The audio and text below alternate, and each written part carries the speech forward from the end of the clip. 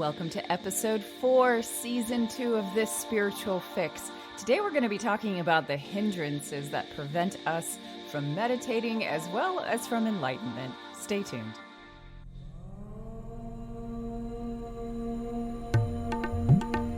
Hypnosis, mindfulness, meditation, past life regression, RTT, spirituality. This spiritual fix. 2 mystical mamas hacking the self-help game. With Anna Stromquist and Kristina Wiltsey. Good morning, Kristina. Good morning, Anna. Thank you for joining us, even though I know you didn't have a lot of sleep last night. No, you got to experience the new puppy last year, and I got to experience it this week. It's amazing how we go through these periods of change, and then it seems like everything's changing all at the same time. Because, I was also testing some medication for ADHD this week, in addition to getting a puppy, which Double whammy. It's just not really the best idea in terms of everything, because it's like hard to attribute any kind of behavior to any specific cause. So yeah, it's Sleep good. related. It's good. Yeah, exactly. Yes. Well, I want to address a small little thing before we start our episode, which is just that we have decided to put ads on our show. Mm-hmm. The reason being is we are now outsourcing editing of the podcast, and we're also upgrading the equipment we're using. So we started to use sponsors. And what did you wanted to say something about that? Well, the thing is that with the podcasting platform that we use, as wonderful as it is, we don't get to choose what the ads are. So, this is what is sustainable for us. So we do it out of service, but we also do it out of service that, and can design it to be sustainable. Right. I think the point is, if you love something and are passionate about it, you have to have a little bit of the left brain come in and say, how can this be sustainable? Because passion rises and falls. So what are we talking about today, Anna? Okay, so today is part 2 of our Truth Never Dies series, where we're going to be talking about enlightenment and the 10 hindrances of enlightenment. With enlightenment, can you define enlightenment, Kristina? Because it's something I don't know because I'm not there. I'm just kidding. Oh yeah. I'll just step in right here because I'm enlightened. No, just kidding. So what is enlightenment? Well, according to Buddhism, there are 4 stages of liberation, or basically 4 stages of getting to liberation. So you have the stream enterer, the once returner, the non-returner, and the arhat. So we have talked in the previous episode that there are 3 types of Buddha, basically 3 types of arhats, 3 types of people who have reached enlightenment. You have the kind of Buddha who figured it out and figured out a system to get there and can lead others. That's like Buddha Supreme. And then you have a regular Buddha, which is someone who got enlightened, but they can't really show other people how to get enlightened, but they can tell you what it's like. And that would be an example is Eckhart Tolle, right? Like he got enlightened. He doesn't really know exactly how it happened, but it happened and he can talk about it. And then you have someone called an arhat, which is someone who gets enlightened because they have been facilitated through either the teaching or direct guidance of a Buddha. So those are the 3 types of Buddha. Now, to get to that enlightenment state that we're talking about with those 3 Buddhas, you have 4 levels. The first level is the stream enterer. The second level is the once returner. The third level is the non-returner, and the 4th one being arhat. Now, personally, I think I don't believe I've ever met a full-blown arhat. Maybe I have and don't know, but I definitely feel I have met one of the first 3 levels of people when I was living in India. As well as I believe, and I don't think he would mind me saying it, I believe Satyan Raja, who lives in Canada, is one of the first 3. But anyways, after undergrad, but before grad school, I traveled around the world and I ended up spending almost 3 years in India on a quest. I wouldn't say on a quest to become enlightened, but to become closer to enlightenment. I think I was pretty aware from the beginning might not happen in this life. It's a large feat, but I really wanted to become more awake and happier. So I went to India looking for teachers and meditation and guidance. And I tried pretty much everything with the exception of drugs to, find that. When I was living in India, I did primal therapy at one point, which was like 100 days of primal therapy. And my teacher was Purnananda, who was originally American with an American name. And he was a disciple of Osho, who is a controversial guy on Netflix. If you watch it, whether or not Osho was enlightened is another story. The point, I think Osho's techniques were great. So it's kind of one of those things where like Woody Allen might be a horrible person, but I love his movies. Like I don't know about Osho, but I can say I love his techniques. And as controversial as that may be, that's just the case for me. Yeah, it's the art and the artist. Yeah. Right. So anyways, Purnananda was my primal therapy teacher. And first of all, I was totally broke at the time and he let me do it for free, which was beautiful. And I believe he was enlightened because, all right, I don't know if he was in one of these early stages, because when you were in his presence, you felt unconditionally loved in a way that I can't even put it into words. It's like that feeling you got as a baby when your mother snuggled you up, like just being in his presence, you felt unconditionally loved. And when he looked you in the eyes, it felt like he could look right through you into your soul.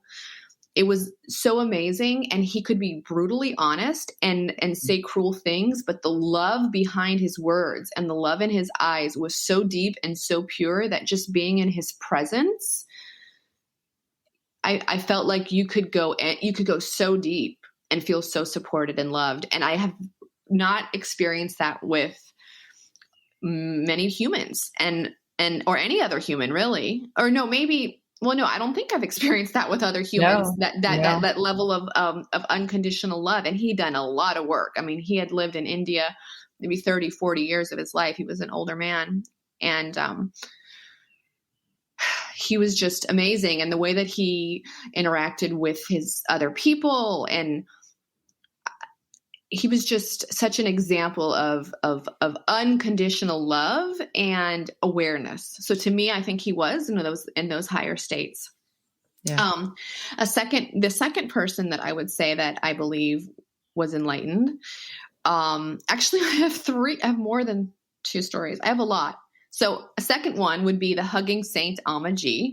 Yeah, we went and saw her together with our kids. So I saw her first. Before that, I saw her in India and I went to hug her. There's a saint in India and she's supposed to incarnate the divine feminine, divine mother.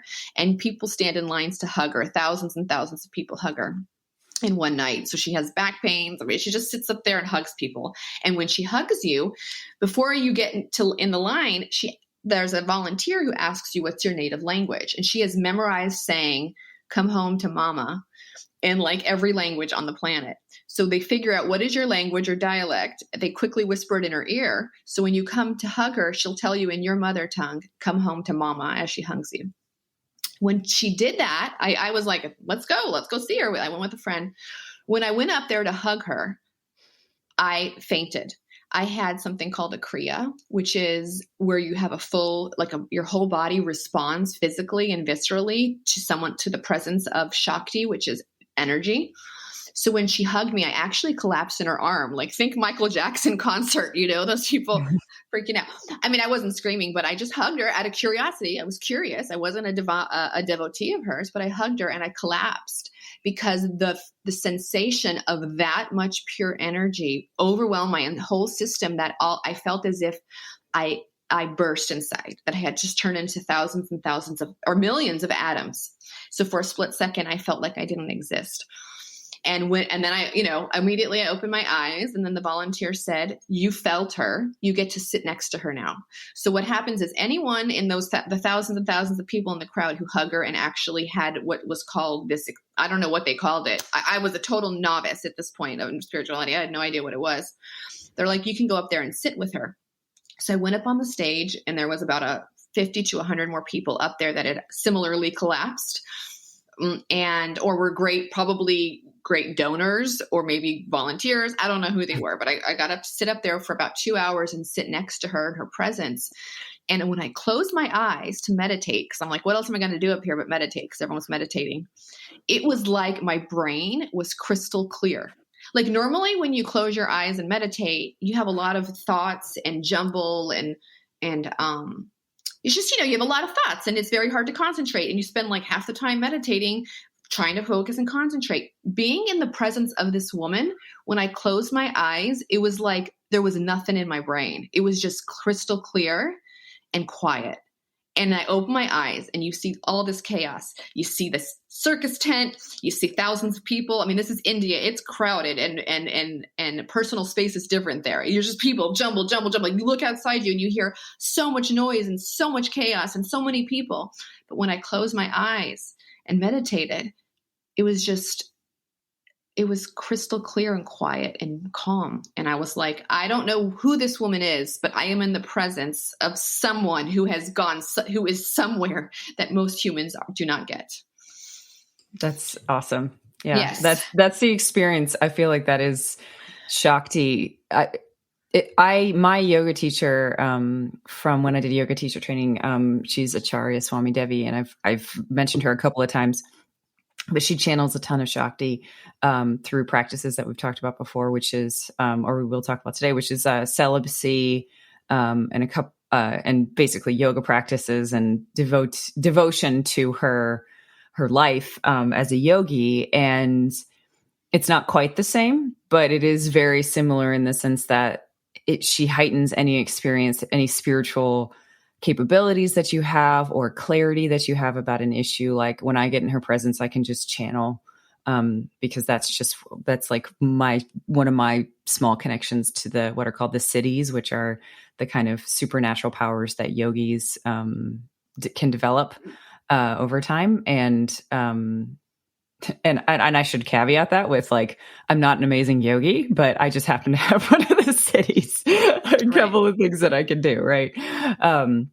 So yeah, that's awesome. Yeah. I've got one more story. And so just to preface that, maybe the woman you are talking about and maybe Purnananda, the primal wound therapist, maybe they were stream enterers or once returners, and maybe the Amaji and the man I'm about to speak about were non-returners, or maybe they were arhants. Like, I don't know how to classify them, but maybe they were just at different levels in the enlightenment stages.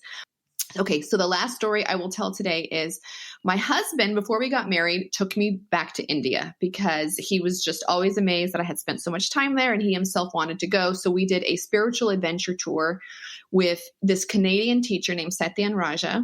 And we went on like a 20 or 30 day adventure where we retraced the steps of the Buddha through India, northern India. And it was a totally different experience than mine because we stayed in beautiful hotels and ate amazing food. And when I was there, I was a vagabonding hippie, whatever, different experience. But at one point we went to Varanasi, and Varanasi is considered one of the holiest cities in all of India because it's where the Ganges River is.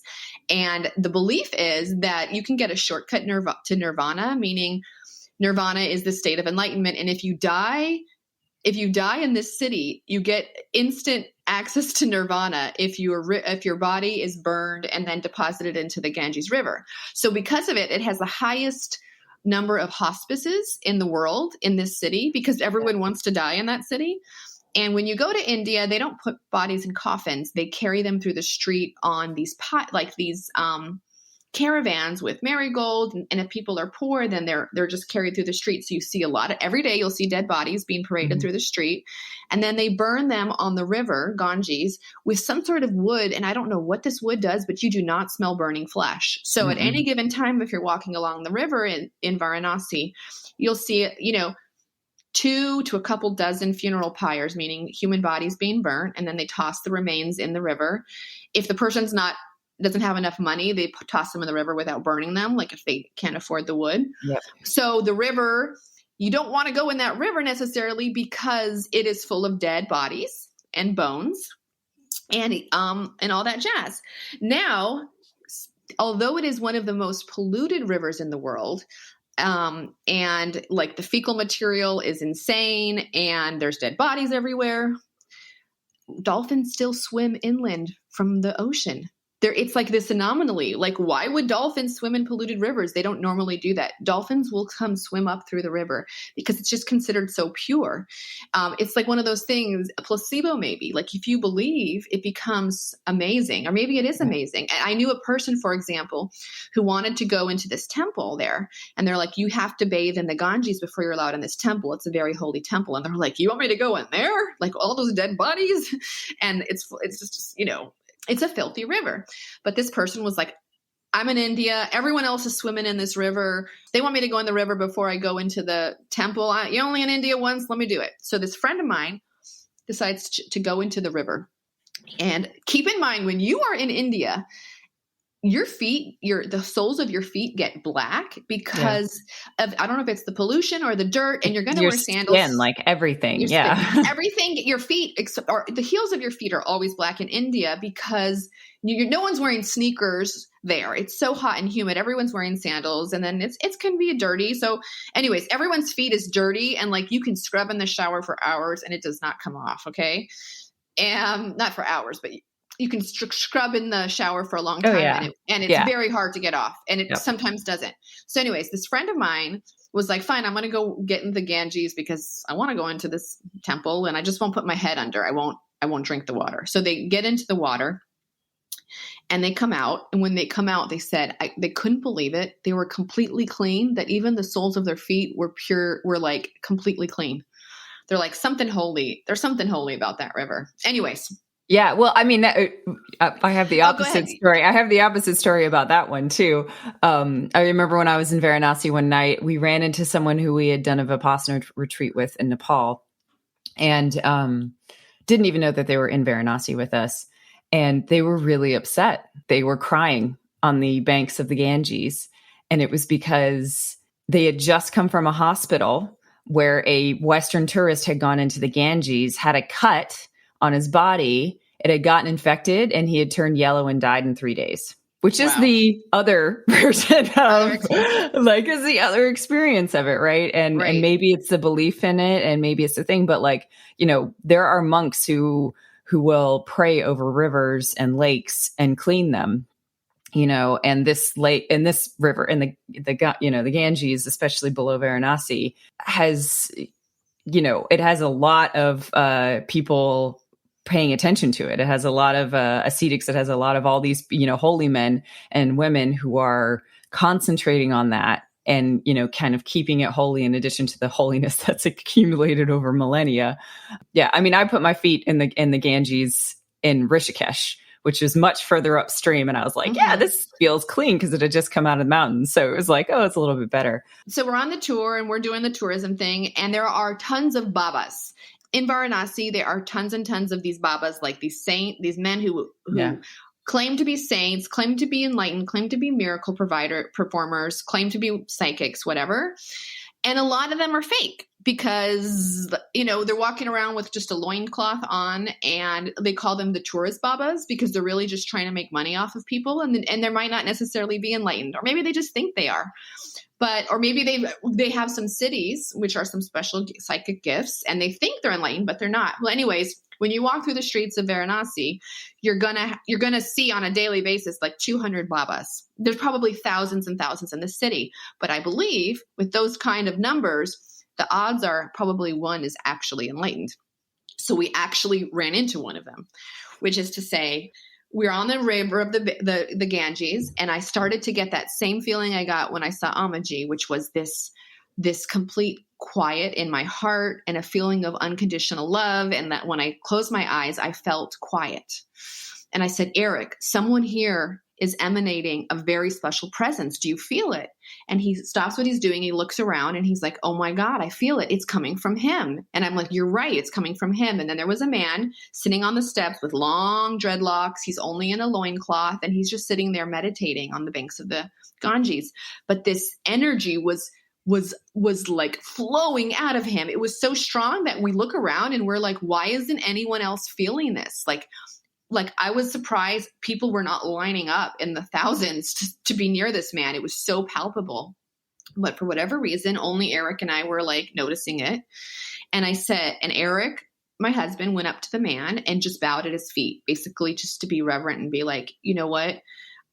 Thank you for meditating in this world. Thank you for existing. So my husband just went up to him, bowed at this man's feet. And when he did it, the man opened his eyes and he looked at my husband and he took his fist. And as my husband is like bending down in like child's pose, he punches my husband in the sacrum and he travels up his back, kind of like punching him lightly in every chakra point. And then he touches his crown chakra and lets go. And then Eric looks at me. He's like, you got to do it. So I like walk over and I also bow at this man's feet and get into lotus or get into child's pose. And he punches my back. He travels up my spine and puts his hand on my head. When he put his hand on my head, I felt like I exploded inside. It was that same thing I got when I hugged Amaji. And I felt for a minute that I didn't exist, that I was just thousands and millions of atoms vibrating, that I was just pure energy. And it felt amazing. And all I felt was just, I was nothing.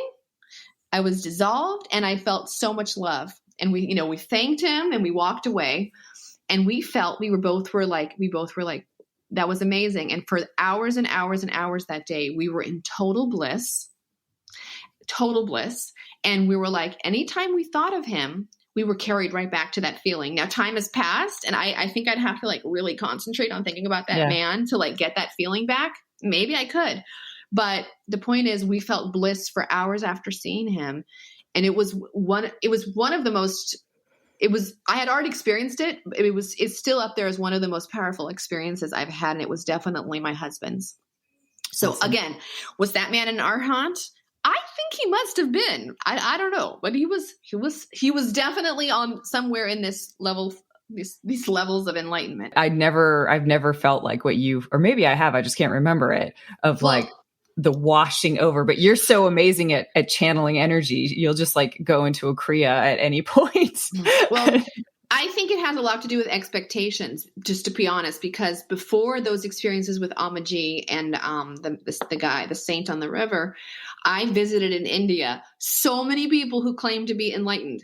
I probably went to 5 different teachers claiming that people claim to be enlightened, that in their presence they felt this and that and this and that. And I would go with all these expectations and I didn't feel anything. And I'd be looking for ways that they were frauds.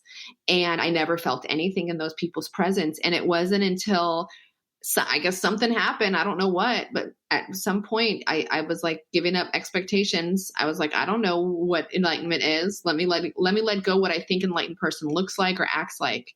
And I think that's when it started happening. But I definitely went to so many people and my friends would be like, we're like, so-and-so's in town, let's go visit her. And my friends would be like, that was amazing. And I was like, I do not think she's enlightened. Did you see her do X, Y, and Z? I was like so in my head that I bypassed feeling what they felt. Yeah. And I let it go. But anyways, all right, guys. And now a word from our sponsors as we take a quick break.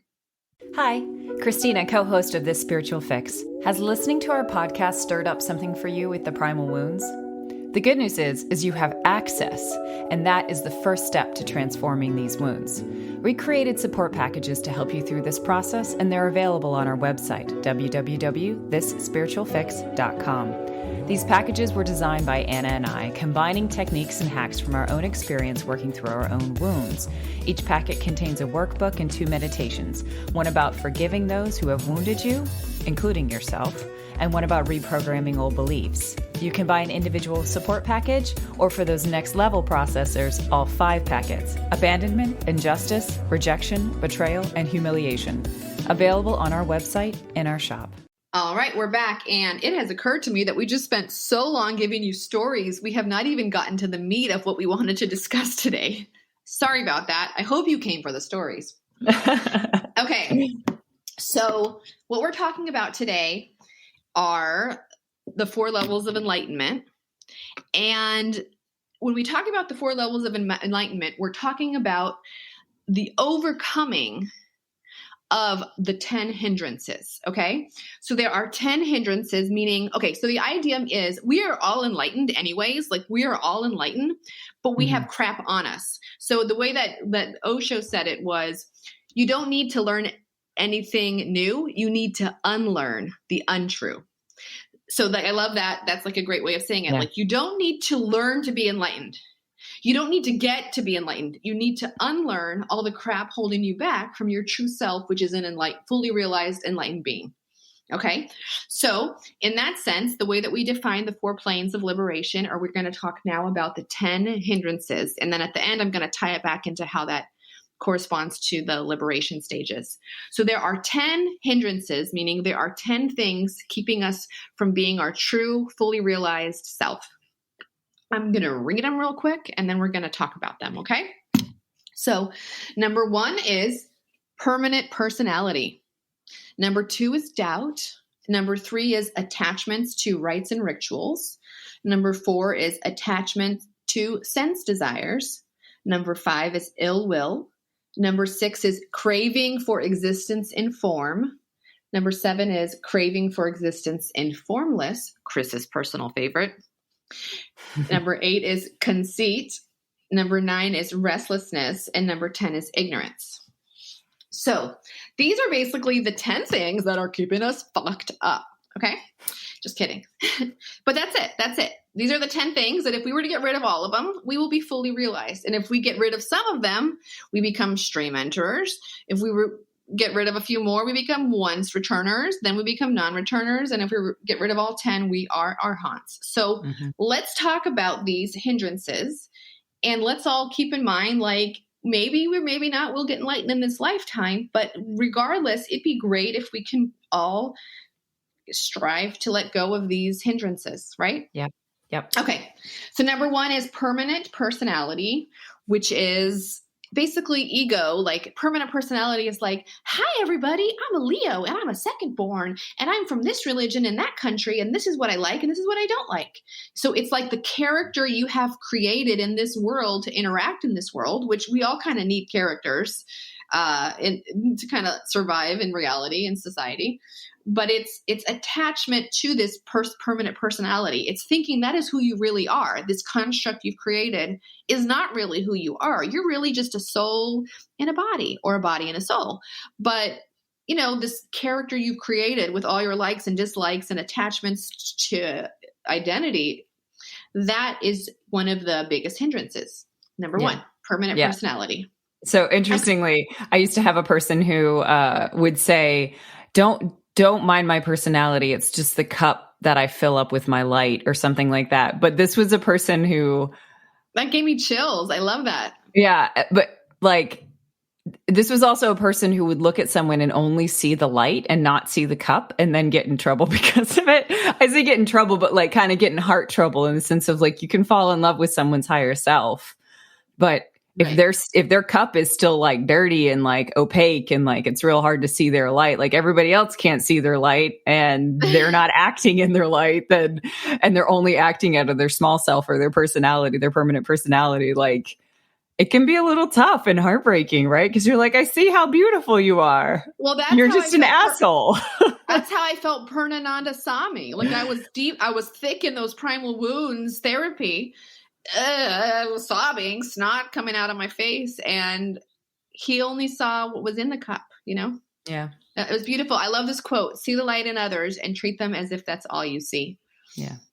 Okay.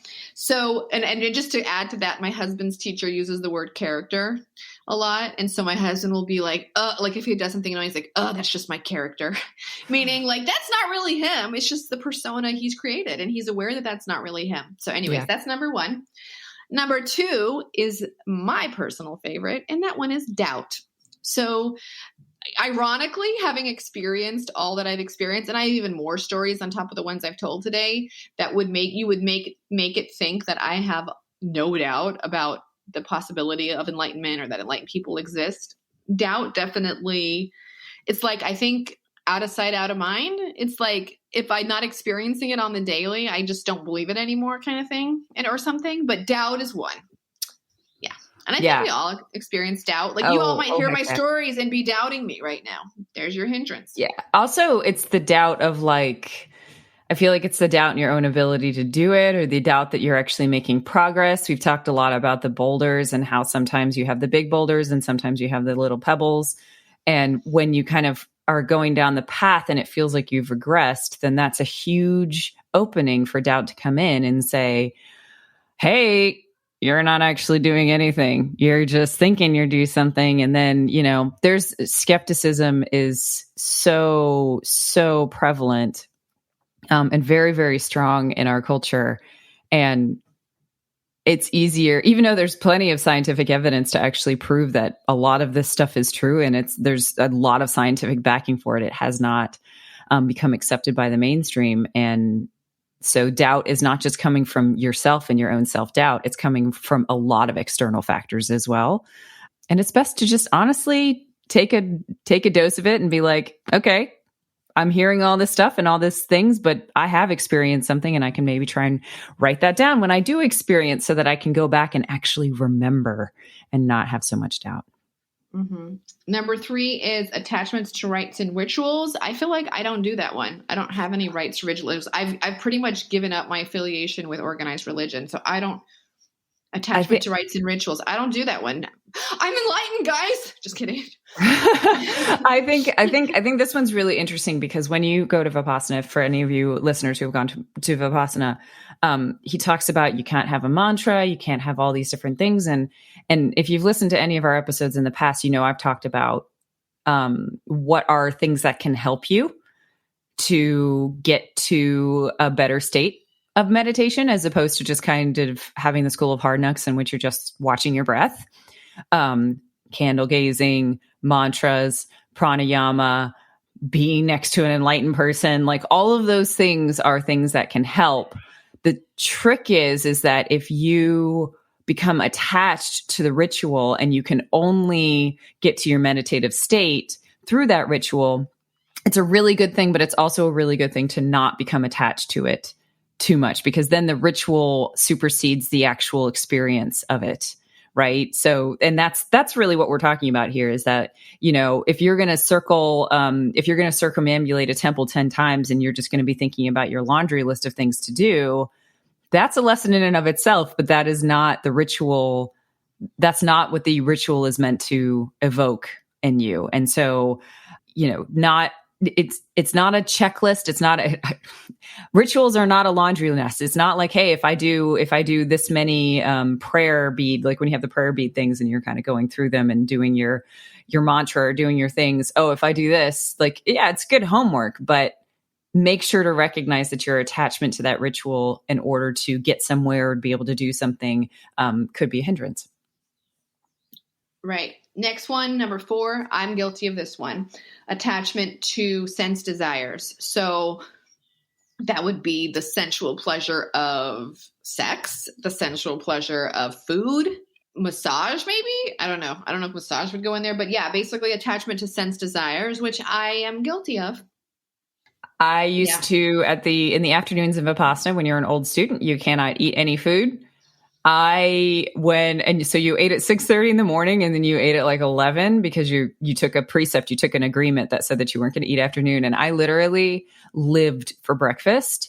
And then when it came to lunch, they're always like, don't fill up your plate. Don't get totally full. And I would hoard my food. Like I would literally the whole plate would be so full because I was like attached to this idea that I wasn't going to get to eat dinner and therefore it was going to make my meditation harder. And I just had this whole very kind of like destructive self-thought around food. And then when it got to the evening and I hadn't eaten for a whole 6 hours, oh my God, heaven forbid. Then I would have this experience of craving and thinking of food. Like that was what would fill up my meditations, is thinking about food. And that was a perfect example of being attached to sense desires, right? Right. Number 5 is ill will. So ill will would be, you know, wanting revenge or wanting so-and-so to die or just wishing ill on someone. So I have one person in my life right now who I really dislike, someone who did something to me that I thought was very bad. And then not only didn't apologize, but claimed I was, quote, caught up in the Me Too movement. And that royally pissed me off. Oh, yeah. And royally pissed me off. And it's funny because I'm like, I have ill will towards this one person, but he is the one person probably keeping me from enlightenment. But that's a total displacement of blame for me to be like, if only he hadn't done that, if only he had apologized, I would be one step closer to enlightenment. No, I am in the way of my own enlightenment. My ill will for him is in the way of my own enlightenment.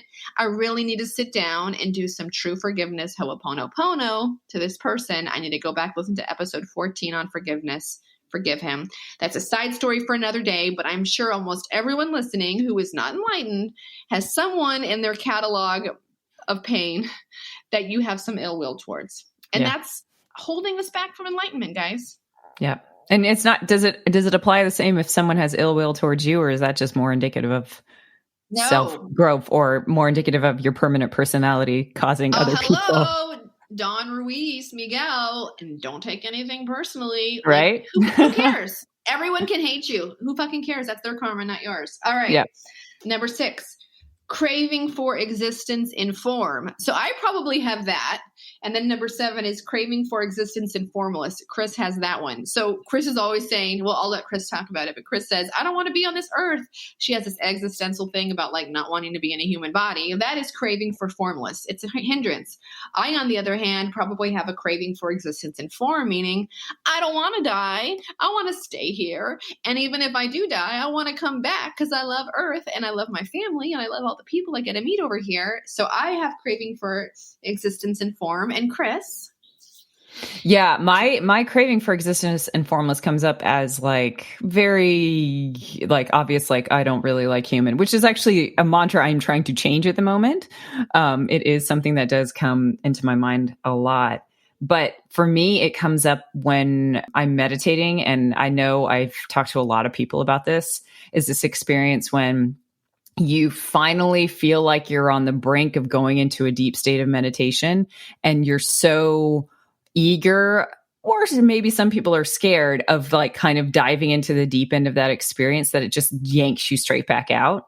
And that's like the craving for the formless, because it's like when you start to crave the experience, the deep experience of like kind of feeling outside of your body or things like that, the craving itself is enough to slow your vibration down so that you can't actually get to that spot. Right. And so that can be it. It almost turns as a hindrance to deep meditation, and really like being able to pull out the big boulders of your experience and be able to experience the formless is the craving for the formless. Oh, another thing to also keep in mind in this list is as we're increasing in the numbers, like number 1 to number 10, as these numbers go up, they are actually getting you into higher states of enlightenment, which is to say we probably all have the craving for existence and formless, but we are unaware of it.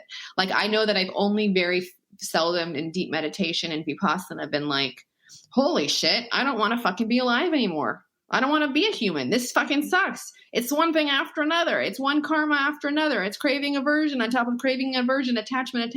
I'm fucking done. So I think we all, on an unconscious level, and when we get there deeply, we'll discover that we do have a craving for existence and formless. Yeah. Okay, number 8, conceit. I don't have that one. Just kidding. Conceit would be conceit, thinking you're amazing. Like, so conceit is a lot of the terms that people are using now is like spiritual narcissism. Basically, when you become attached to your progress, sometimes you lose your progress. I mean, you get, like we said, you can't really lose your progress, but basically you're just heaping more things on top that you then have to get rid of. And so when you're talking about conceit, like I know some people who they claim to be continually serving other people, but they're serving other people to basically hold up. Like they're serving other people with compassion, but it's not actually coming from a place of compassion. It's coming from a place of whole, of the, not the WHOLE, but the HOLE. Right. Or the personality, the character. I am the character which bestows, Right. And so the conceit makes it so that you can not only do you stop seeing any fault in yourself, which is the narcissistic part of the spiritual narcissism part, but you have a tendency, it's exceptionally difficult because you want to keep going and you want to be proud of yourself. And maybe you want to be a teacher and maybe you want to do all this kind of stuff. But, I think one of the things that Anna and I always claim with this podcast is like, we definitely aren't enlightened. And maybe people are learning stuff from this, but they're learning from a person from us who are trying to be as unconceited as possible about how much progress we haven't made, and I think that that's kind of when you go into that teacher space, even if it's an accidental teacher space, conceit can really, really come and become a hindrance. That's true. Okay, number 9. My biggest hindrance, one of my biggest hindrances, is restlessness. Restlessness will be when you're like, okay, I'm going to sit down. I'm going to do my 1 hour meditation. And you sit down and after 5 minutes, you're like, I should probably go do the laundry. Well, I should probably go wash the dishes. Oh, this is boring. Let me do something else. So restlessness is basically restlessness, getting bored of meditating, getting bored of the path. Yeah, I love it.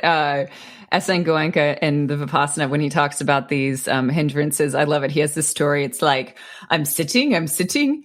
Oh, suddenly I've gotten up and I've left the hall. Why have I left the hall? And it's like, it's so true. Like, I can't even tell you how many times I've been meditating and doing something. And then suddenly I'm just like, how did I get here? Like, I was just meditating. What the hell just happened? I was just meditating and then I'm suddenly folding laundry. What?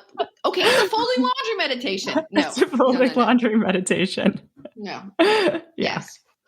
All right. Number 10, the king of them all, is ignorance. So as we discussed in last week's episode, ignorance, craving, and aversion are the 3 causes of suffering. So ignorance is like, we could say ignorance is the umbrella with which all the other hindrances fall over. Because if we were totally in the enlightened, aka illuminated, aka not ignorant, we wouldn't have these hindrances because we could see through them and see the illusory, pointless point of them. But we're all kind of trapped in them. That's our own ignorance. So number 10, which is the ultimate one, is ignorance.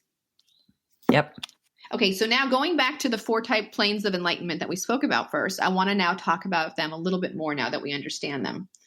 So if you are going to be level 1, which is a stream enterer, meaning you're getting really strong on the path, you're entering the stream of enlightenment, you have gotten rid of number 1, 2, and 3, which is you got rid of your identity character, you got rid of doubt, and you got rid of ascetic rites and rituals. Now, if you have entered the stream enterer, now you may or may not believe in reincarnation. The idea is if you get to this state, you have only 7 rebirths left, meaning you'll only come back to Earth about 7 more times. You're on the last leg of your human existence, okay? Number 2, if you hit the stage of once returner, you have gotten rid of those first 3 things, same as the stream enterer. Then why is it any different? Because you've done 6 of the lives and you only have 1 left. Oh, yeah. So I'm sorry, you're right. So if you're a once returner, you've basically gone through the 6 lives and you just got 1 more left. That's called, you got 1 more life left as a human. Okay. So you basically spend 6 lives in that identity free, doubt free, ascetic free, which means you could easily meet a child or give birth to a baby that is a stream enterer or once returner. And there's plenty of people you hear about that they're like, my kid is wise beyond their years. Maybe you got a stream enterer or once returner. Yeah. Yeah. I think That's Gary cool. Renard, Gary Renard, who we talk about, who wrote The Disappearance of the Universe, he is an example of a once returner according to his ascended masters. Like, he's like, I still got to do this one and I got 1 more, but then I'm good. And it's That's great. Good to know. I got about 2,000 left. Okay. Non-returner. This is, you're in your last life and you got rid of the first 3, which was character, doubt, attachment to rites and rituals. You also got rid of sense desires and ill will, and you have 1 more life to go. Non-returner. Yep. And it's funny, in the Vipassana Center, if someone breaks a plate, everyone claps in the back, like the volunteers. They go, yay, it's a non-returner. Like, instead of crying that the plate broke, we're like, it's a non-returner. Yes, I remember that. Buddhist joke. Okay. If you get to be an arhat, you are not coming back. You are done. No rebirth for you. And you've gotten rid of all 10 of them. All the first 5 we just talked about, plus the desire for form, the desire for formless, conceit, restlessness, and ignorance. And then you're not coming back. You won the game. You won the game. That's it. You've escaped the game or any of those things, right? Or if you come back, you're voluntarily coming back, not in the form that you're in a prison, but in the form to teach, right? Right. So there are people, there is the belief, and Christians have this belief too, that there are angels among us. And in the Buddhism, there is the idea that someone is fully enlightened and they're like, hey, I'm going to come back to earth and kind of help coach these people because they clearly need me, or they're a little lost. And there's a beautiful story of one of those that came in India. And when he was a baby, as soon as he could crawl, he kept trying to leave his house. And it was driving his mother mad. Like she had to tie him up because he would try to escape the house constantly. And as soon as he was old enough, I think 5 or 6, he left home and he became a teacher. They have a huge temple for him in India, and I wish I could remember his name. I'll put it in the show notes. But since he was basically an infant, this guy was teaching people about enlightenment. And there's a whole temple for him in New Delhi.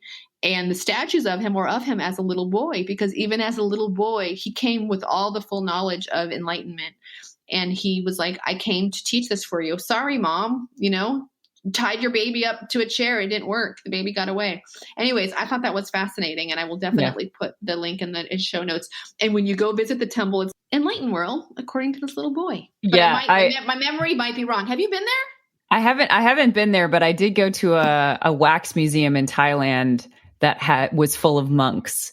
And it was really funny because it was like, here we have celebrities and all this kind of stuff. And it's like, actually, if you go to a wax museum in Thailand, maybe you can find a celebrity one, but you can also find one with superstar monks in it, which is kind of funny. Yeah. I also wanted to mention bodhisattva really quickly because people will use that term a lot. Technically, a bodhisattva is someone who basically could become enlightened, but delays it out of compassion for wanting to serve humans. So they could kind of fall into any of those prior to arhat would be a bodhisattva who's come back just to serve. All right. Well, in summary, we've discussed the 10 hindrances that are keeping us from our true state of enlightenment. And we talked about the 4 different planes of enlightenment. And next week, Kristina will be leading the episode on... I will be leading the episode on the imperfections. And we're also going to be covering impermanence. You said imperfections. It's perfection. I keep saying that. That's so interesting. It's some weird thing going on. I'm going to be covering the episode on the perfections, which if you can think of the hindrances as like crusty stuff on top of you that needs to be broken off and chipped off and chiseled off, the perfections are the buckets you need to fill up. So it's on the one hand, you're getting rid of the other stuff. And as you fill up, and on the other hand, you're filling up buckets of hey, I want to do this. And I need wisdom, compassion, all that kind of stuff. So those perfections make it so that it's somewhat easier to chip off the hindrances as well. They kind of lend to each other. They lend help to each other. But that's what I'll be covering next week. So yes, Kristina, next week you'll be discussing the perfections, otherwise known as the paramis. Yes. And we hope you tune in next week for the final episode. Awesome. Thanks, guys. Thank you so much for joining us on this episode of This Spiritual Fix. Stay tuned for the final episode in the series next week. And what we would like to do is we talked a lot about India in this particular episode, so we really want to encourage you to donate to the COVID relief that's happening in India at the moment. We will be putting a link in our show notes and donating to the Indian Red Cross, which is indianredcross.org. Please, if you feel inspired by what you've heard here about India and all of the saints and holy people there, please consider donating to the Indian Red Cross. Have a great week. And remember, humility, gratitude, acceptance, done. Hey there, Kristina Wiltsey here. Did y'all know that I am also a psychic intuitive healer? Yes, I hold sessions with people, which you can book on my website at chriswiltsey.com. In these sessions, we cover anything from breaking old contracts to traveling to other dimensions to doing whatever really fits your soul at that moment and makes it grow to the next level. Or if you prefer a little something different, I have a Patreon page. And if you become one of my patrons, you get an energetic release every single day. That's right, every single day. So if you want to learn more or you're interested, go to my website, chriswiltsey.com. Thanks so much and enjoy the rest of the episode.